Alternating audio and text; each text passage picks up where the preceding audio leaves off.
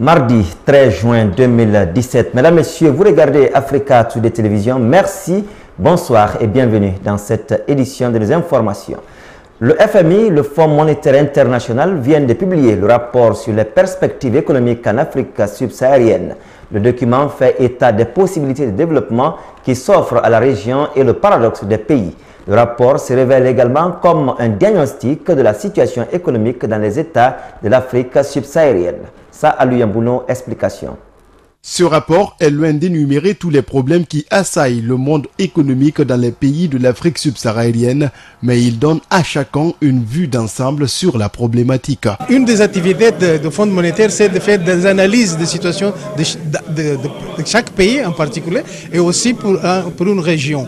Et cette rapport qui vient d'être publié, c'est un rapport pour un ensemble de pays. Ce n'est pas seulement sur un pays, mais sur l'ensemble des pays pour avoir plus ou moins une moyenne des choses, comment elles arrivent dans le pays et quelles sont les mesures de politique peut-être doivent être utilisées pour combler ce type de situation. Au cours de cette enquête 2017, l'essentiel des efforts des experts du Fonds monétaire international a porté sur le secteur informel qui trouve comme aspect important pour mieux analyser la situation économique des États de l'Afrique noire. Bon, cette rapport de perspective économique régionale a un chapitre qui parle sur le secteur informel. Mais comme vous savez, dans les pays de l'Afrique subsaharienne, le secteur informel est très important. Et comme un pays comme la Guinée aussi la même chose. Et cette fois, le département d'Afrique a décidé de considérer cet aspect comme quelque chose de très important pour faire l'analyse et pour aider les pays à penser sur le sujet. Parlant des solutions à apporter pour un réel progrès économique de la zone, les experts du Fonds monétaire international proposent. Essentiellement, c'est d'avoir des mesures qui vont soutenir le développement de petites et moyennes entreprises. Et en faisant ça, ça aussi aide le secteur informel à se tourner à un secteur plus formel. Ce rapport n'est pas spécifique pour un seul pays de l'Afrique noire. Il concerne tous les États de la région qui, d'ailleurs, ont des problèmes économiques presque identiques. La direction de l'électricité de Guinée, EDG, a eu une entrevue ce lundi avec les délégués de l'Union des consommateurs de Guinée. Lors de cette rencontre, les deux parties ont échangé sur le nouveau plan d'amélioration de la qualité de service. C'est un plan qui prendrait en compte tous les axes qui permettent à l'EDG de moderniser ses prestations. Soirée Boubacar. Ce nouveau plan de redressement de l'EDG proposé par la Direction générale, une fois mis en exécution, pourrait résoudre en grande partie les soucis des consommateurs. Dans cette projection, 3 axes prioritaires ont été établis. Il s'agit du redressement commercial, le redressement de la qualité du service technique et le renforcement des capacités des ressources humaines à travers la formation et le développement des compétences. Une présentation qui ne laisse pas indifférent l'Union des consommateurs de Guinée. Dans cette rencontre, nous avons écouté avec beaucoup d'intérêt l'intervention de l'administrateur des DG et tout son staff technique que nous saluons sérieusement, qui nous a informé de tout ce qui est en train d'être fait dans le sens de mieux accueillir les clients, de leur donner des services de qualité, d'être réactifs. Nous entendons beaucoup d'initiatives qui sont en train d'être prises pour essayer en tout cas de veiller à satisfaire totalement les attentes et les besoins des clients.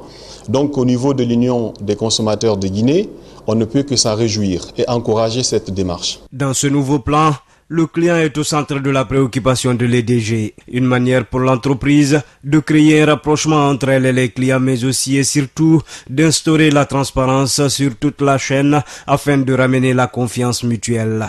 Mais nous ne travaillons pas uniquement sur le volet comptage, nous travaillons aussi sur la relation client, qui est un élément important, à savoir l'accessibilité, à savoir le traitement des réclamations, à savoir les interventions techniques, que ce soit au niveau dépannage. Nous avons aussi convenu de renforcer les moyens mobiles d'intervention avec un centre d'appel qui permettra justement d'être accessible 24 heures sur 24 et de pouvoir aussi faire en sorte que la confiance entre le consommateur guinéen et EDG revienne sur des bases saines Et tout ça ne peut que se construire ensemble sur la durée. Et ce n'est pas du jour au lendemain, mais là, nous avons la ferme volonté d'œuvrer pour que le service client s'améliore et que EDG se redresse dans le cadre de son plan de redressement. À part ces différents projets, certains d'autres sont en train d'être mûris par la nouvelle équipe dirigeante, toujours dans le but d'aller vers la performance. Les travailleurs de la Société de transport de Guinée réclament 3 mois d'arriérés de salaire et la relance des activités de la Sotragui. Protester contre les promesses, disent-ils, du ministre Oyeguilavogui qui peine à se concrétiser. Les travailleurs ont investi les locaux de l'entreprise ce mardi matin dans la commune de Matoto. Oumar Sow. En faisant le tour à l'intérieur de la cour de la Société de transport de Guinée, en plein cœur de Matoto, l'on se croirait dans un entrepôt de vieux véhicules, des bus poussiéreux, dépossédés de leurs roues et abandonnés à eux-mêmes dans la nature, des herbes qui poussent jusqu'à l'intérieur des autocars, telle est l'image que présentent de nos jours les bus de la Sotragui. Immobilisés depuis quelques mois, ces engins de transport urbain ne ressemblent plus qu'aux objets de musée. Conséquence, les employés sont au chômage et se plaignent du non-paiement du reste de leur salaire. Nos points de revendication, je l'ai dit, il faut qu'ils nous payent les 4 mois de salaire. De 2, la relance de la Sotragui en faisant venir les partenaires. La non-circulation de nos jours de ces bus impacte également sur la mobilité des citoyens. Face à ces difficultés quotidiennes vécues par les citoyens, les protestataires s'en disent conscients et interpellent les autorités à jouer le rôle qui est le leur. Quand vous parlez, vous pensez un peu au transport public, la population en paye les frais aujourd'hui. Donc nous demandons au gouvernement, particulièrement au chef de l'État, le professeur Alpha Condé, de nous aider. Selon le secrétaire administratif du syndicat, les activités de la Sotragui sont à l'arrêt depuis le 28 mars. Pour Alexandre Camara, la suspension des travaux de la Société de transport de Guinée est une instruction donnée par le ministre d'État des Transports. Malgré les promesses faites par Oyeguilavogui pour le paiement des arriérés de salaire, les employés restent pessimistes quant à leur concrétisation. Nous sommes rassurés quand il le dit. Maintenant, la faisabilité, on le regarde. Je ne peux pas dire à 100% que nous sommes sûrs de la faisabilité de ce qui arrive. Parce que outre leurs revendications, ces frondeurs dénoncent l'incompétence des cadres en ce qui concerne la gestion de ces bus. Nos parents qui étaient là, les gens qui l'avaient déployé pour venir gérer cette société, on lui dit aujourd'hui qu'ils sont incapables. Ils ne peuvent pas gérer cette société. Sur une centaine de bus de la Sotragui, seulement une dizaine est opérationnelle. Le pire, d'après les travailleurs de la dite entreprise, le ministre aurait ordonné l'immobilisation de ces 10 autres bus aussi. Et cela suite à la première revendication des travailleurs. Et justement, les remous sociaux dans les zones, surtout minières, pour l'électricité et l'eau, la cherté de la vie et la reprise des manifestations annoncées par l'opposition républicaine retiennent à nouveau les débats à Conakry. Invité ce mardi dans l'émission La Tribune de l'Actualité Plus sur Chéri FM, le président du Conseil national des organisations de la société civile guinéenne reviendra lui aussi en détail sur ces questions brûlantes du moment. Les propos du Dr Dansa Kourouma sont décryptés par Moussa Sefa Kamara. La vie politique guinéenne reste à grande échelle, marquée ces derniers temps par les crises sociales qui se traduisent par des revendications violentes faisant des morts, des blessés et des dégâts matériels importants. Dans toutes les régions ou presque, l'on note la montée en flèche de la violence des populations. Ajouté à cela, des conditions de vie difficiles des citoyens. Dr Dansa Kourouma estime que d'une manière générale, ces zones minières sont victimes de la mauvaise gestion de revenus miniers par les gouvernants. C'est de l'injustice pure et simple. Ces communautés ne méritent pas ces conditions de vie. Donc je crois que c'est une mauvaise organisation, c'est le détournement de l'argent qui sont... Ce que les sociétés payent d'abord, ce n'est pas signifiant pour le développement de la localité. Mais ce qui est payé, même le 10e ne rentre pas au niveau du développement de la communauté. Sur la reprise des manifestations de rue annoncées la deuxième quinzaine du mois de juillet par les partis politiques de l'opposition républicaine, le président du CNOX s'est aussi exprimé. C'est pourquoi j'ai parlé de déresponsabilisation politique. Parce que il est permis à la classe politique de manifester pour qu'il y ait des casses et on n'interpelle personne. Le plus souvent, c'est les pauvres militants qui sont interpellés. Là où le mot d'ordre a été donné, là où les manifestations, les motifs qui ont amené à manifester, la justice ne se prononce jamais sur ça. Ça fait qu'il y a une sorte d'impunité institutionnalisée qui permet à chacun de revendiquer. Parce qu'en revendiquant, le pouvoir a peur de la pression, le pouvoir a peur de ce que ça fait, on cède sur un certain nombre de positions. De nos jours, tous les Guinéens s'accordent à dire que la vie est difficile, et cela par la flambée des prix sur le marché et la malgouvernance qui mine le pays. À ce sujet, Dansa Kourouma dénonce l'irresponsabilité à la fois des gouvernants et les opérateurs économiques. C'est l'incivisme, parce qu'on n'a plus peur de l'autre, on n'a plus peur du péché. Mais deux, c'est l'autorité de l'État aussi. Il faut contrôler le prix. On peut accorder des avantages fiscaux, pour que pendant le mois de carême, il y ait allègement du panier. Mais c'est un problème structurel. Il faut beaucoup plus que l'État. L'État s'est invité dans la vente des produits de première nécessité, ça n'a pas marché. Et finalement, ils se sont désengagés à un certain niveau. Mais aujourd'hui, c'est une responsabilité qui est partagée entre le commerçant, mais aussi l'État. Malgré les réformes engagées par le gouvernement guinéen pour permettre à la population de vivre bien, aux yeux du citoyen lambda, ces efforts s'avèrent insuffisants pour subvenir aux besoins des citoyens. Autre élément de l'actualité nationale, la journée internationale de l'albinisme a été célébrée ce mardi 13 juin 2017 sous le thème « Stop à la stigmatisation et aux agressions ». En Guinée, l'événement qui a regroupé, des membres de la Fondasia au Palais du Peuple, coïncide avec un autre événement, Conakry, capitale mondiale du livre. Et le commissariat général ne tardera pas à mettre sous le label de cette rencontre culturelle la célébration de la journée de cette année. Buntura Biketa. Parmi les couches vulnérables au sein d'une société figure en bonne place l'albinos. En plus d'être stigmatisés, rejetés ou méprisés, les albinos sont aussi persécutés pour des raisons inavouées. Donc souvent on dit que c'est des personnes claires.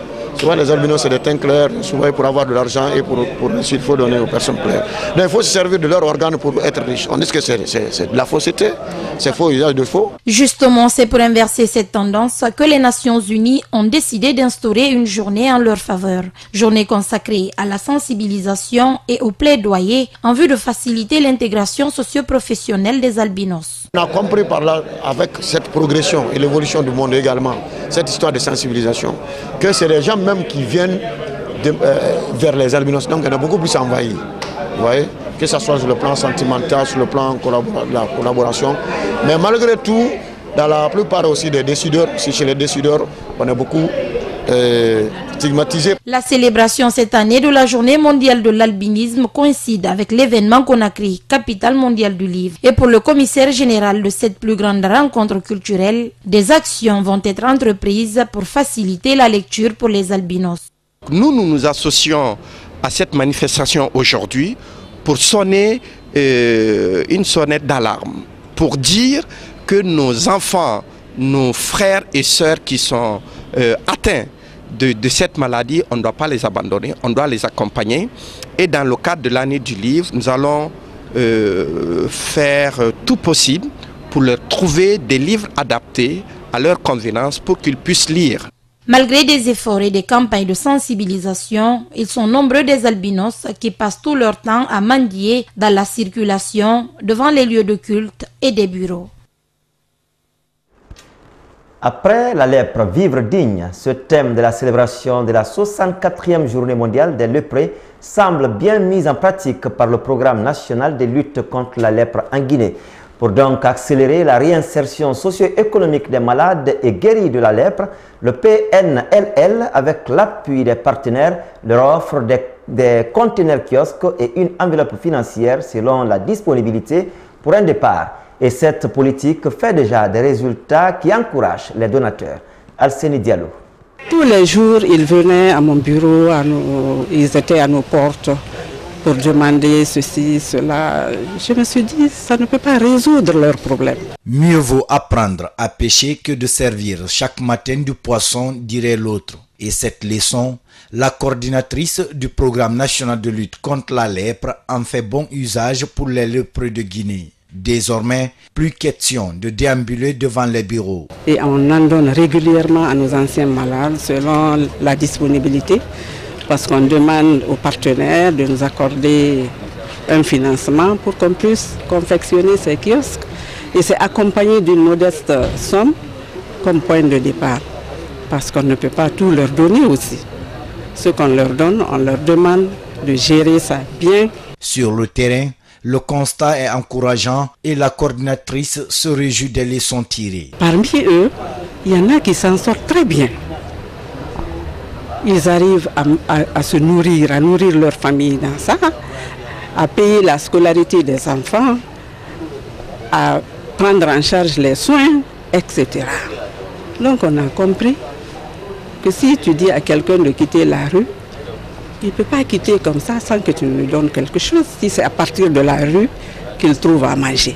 Parmi les bénéficiaires, Mouktar Touré est un bon exemple comme beaucoup d'autres.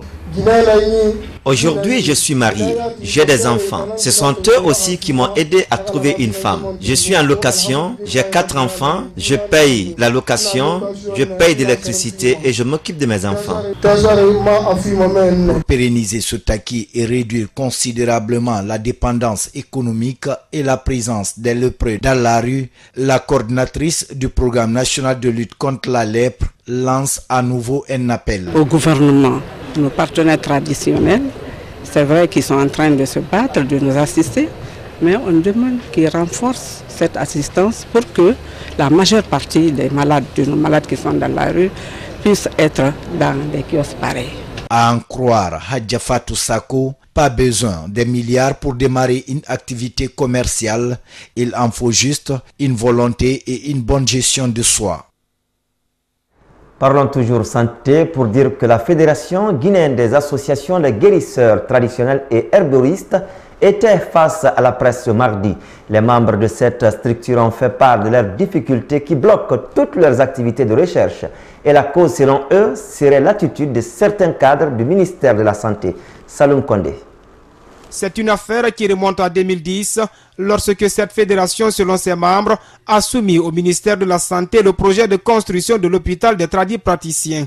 Cette initiative ainsi que les attributs de cette association de guérisseurs traditionnels auraient été détournés en faveur d'une autre qui évoluerait dans le même domaine, précise le porte-parole de la FEGAT.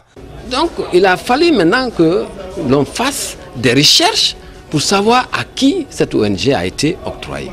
C'était bel et bien à la personne de Savane Noir, Ablaye Moussa Doumbouya, dit Savane Noir. Effectivement, notre président, Dr Daman Traoré, un jour a appréhendé alors, son barge où il y avait vraiment la photo de Savane Noir, donc qui porte AGTP, donc notre ONG.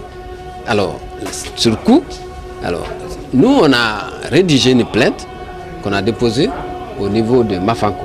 Les mises en cause sont certes interpellées, mais la justice ne s'est pas encore prononcée sur cette affaire, à en croire les membres de la dite fédération.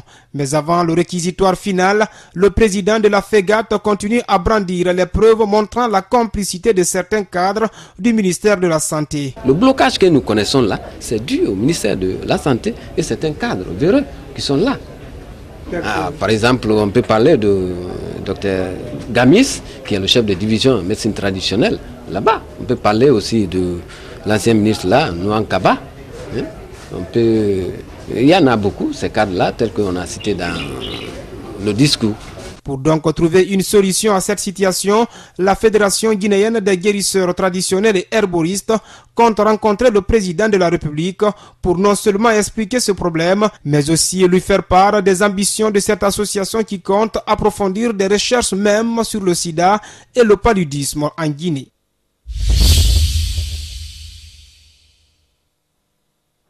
En l'interactualité en France, un mois après son entrée à l'Élysée, Emmanuel Macron devrait donc s'assurer une majorité sans partage après un premier tour des législatives où son parti a laminé tous ses adversaires. Et parmi eux, de nombreux députés qui vont devoir quitter l'Assemblée nationale. Regardez. C'est une Assemblée nationale sous le signe du renouvellement qui se dessine. Ils sont nombreux à devoir quitter leur siège de député pour un autre emploi ou un départ à la retraite. 124 députés sortants ont été éliminés au premier tour des législatives. 95 d'entre eux sont des députés socialistes. D'un côté, les parlementaires de plus de 60 ans peuvent toucher la retraite de la caisse de pension des députés. Ceux qui étaient fonctionnaires pourront, eux, retrouver leur emploi. C'est le cas par exemple des élus qui cumulaient le poste de député et celui d'élu municipal.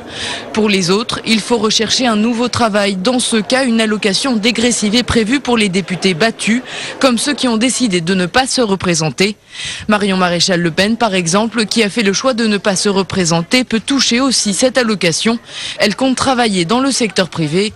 Comme elle, Ségolène Royal a décidé de ne pas se représenter dans la circonscription de La Rochelle qu'elle avait perdue en 2012. Elle compte créer une entreprise dédiée aux énergies renouvelables. Mais il y a aussi les députés qui souhaitent retrouver un emploi dans la politique. Benoît Hamon, par exemple, éliminé dès le premier tour des législatives, compte lancer son propre mouvement transpartisan. Pour l'instant, il reste élu au Conseil régional d'Île-de-France. Aux États-Unis, après l'ancien directeur du FBI, c'est au tour du ministre de la Justice, Jeff, un proche de Donald Trump, de témoigner devant le Sénat américain. Regardez. C'est le grand jour pour Jeff Sessions, l'actuel ministre de la Justice des États-Unis, témoigne aujourd'hui au Sénat américain concernant l'affaire russe. A-t-il ou non rencontré l'ambassadeur russe aux États-Unis plus de 2 fois? Jeff Sessions répondra aux questions des sénateurs ce mardi. En attendant, Donald Trump fait comme si de rien n'était. Le président américain a réuni son cabinet ce lundi à la Maison-Blanche, une première depuis l'investiture. Ses conseillers ont eu le droit à un véritable concert de louanges. Une situation qui a beaucoup fait rire les démocrates. Dans une vidéo, Chuck Schumer, le chef de file de l'opposition démocrate au Sénat, s'est moqué du président américain et de cette réunion. Peu importe pour Donald Trump, qui a notamment félicité l'action gouvernementale depuis le début de l'investiture. Trump met en avant sa lutte contre le terrorisme. Nous avons enregistré des succès spectaculaires face au groupe État islamique et dans le combat au Moyen-Orient. Nous organiserons une conférence de presse dans 2 semaines pour faire un point sur cette lutte et vous ne croirez pas les chiffres que vous allez voir. Mais si Donald Trump veut faire bonne figure, il est malgré tout rattrapé par des polémiques. L'État américain du Maryland a assigné en justice le président américain. Il lui reproche d'accepter des paiements de gouvernements étrangers via son empire immobilier. Nous savons que les gouvernements étrangers dépensent de l'argent pour s'attirer les bonnes grâces du président des États-Unis. Juste un exemple, le Royaume d'Arabie Saoudite, dont le gouvernement traite pour des affaires et des mesures politiques importantes avec le gouvernement des États-Unis, a déjà dépensé des centaines de milliers de dollars à l'hôtel Trump International. Nouveau coup dur pour Donald Trump. La Cour d'appel de San Francisco confirme la suspension du décret anti-immigration, le Muslim Ban, si cher au président américain. Elle évoque notamment l'absence de motifs valides pour empêcher les ressortissants de 6 pays à majorité musulmane d'entrer sur le territoire américain. Après la décision du cabinet israélien de fortement diminuer son approvisionnement en électricité à Gaza, l'Égypte pourrait en faire de même. Le ravage de menaces et bien d'égards contre les implosions de violence. Regardez. C'est au tour de l'Égypte de mettre le Hamas sous pression. Les services de renseignement égyptiens exigent la fin de la contrebande d'armes en direction du Sinaï et le transfert de terroristes suspects sur leur territoire. Si le Hamas ne répond pas à ces exigences, les conditions de circulation et l'approvisionnement en électricité seront encore restreints par le Caire. Dimanche soir, l'État hébreu avait déjà décidé d'abaisser de 35% son approvisionnement en électricité vers l'enclave palestinienne. Une décision qui prendra effet d'ici une quinzaine de jours. Résultat, la bande de Gaza risque d'être plongée dans le noir. Les Gazaouis n'auront plus que 2 à 3 heures de courant par jour au lieu de 4 à 6 heures aujourd'hui. Notre plus gros problème est l'électricité. Ici, nous avons 2 générateurs pour notre magasin. Chaque jour, cela coûte 84 $ en carburant. Nous devons les utiliser à partir de 7 ou 8 heures du matin jusqu'à 2 heures dans la nuit. En prenant cette décision, Israël et l'Égypte ont fait le choix de soutenir Mahmoud Abbas dans son bras de fer avec le Hamas. Il y a 2 mois, le président de l'autorité palestinienne avait décidé de ne plus payer les factures d'électricité. Depuis, il demandait aux Israéliens de cesser de fournir la bande de Gaza en électricité. Abbas espère ainsi faire céder le mouvement terroriste et reprendre le contrôle dans l'enclave palestinienne. Nous renouvelons notre appel au Hamas de nous rendre le contrôle des institutions à Gaza pour que le gouvernement puisse faire de son mieux. C'est ce que méritent nos familles et notre population bien aimée qui est sacrifiée à Gaza. Mais le Hamas ne condamne pas l'autorité palestinienne. Il accuse Israël d'être à l'origine d'une décision injuste. Cette décision est dangereuse et ses conséquences sont dangereuses pour la vie des 2 millions de Palestiniens qui vivent à Gaza. Cela va affecter tous les aspects de leur vie, l'humanitaire, le social, l'environnement et la santé. La situation à Gaza est très difficile. La décision injuste de la Knesset, qui est soumise au droit international, va aggraver la situation très rapidement sur tous les points. Le mouvement terroriste menace Israël d'une nouvelle explosion, laissant planer la menace d'une nouvelle vague de violence. Voilà, mesdames, messieurs, merci de votre attention et continuez de nous suivre sur notre site d'information www.tamtamguinee.com. Au revoir.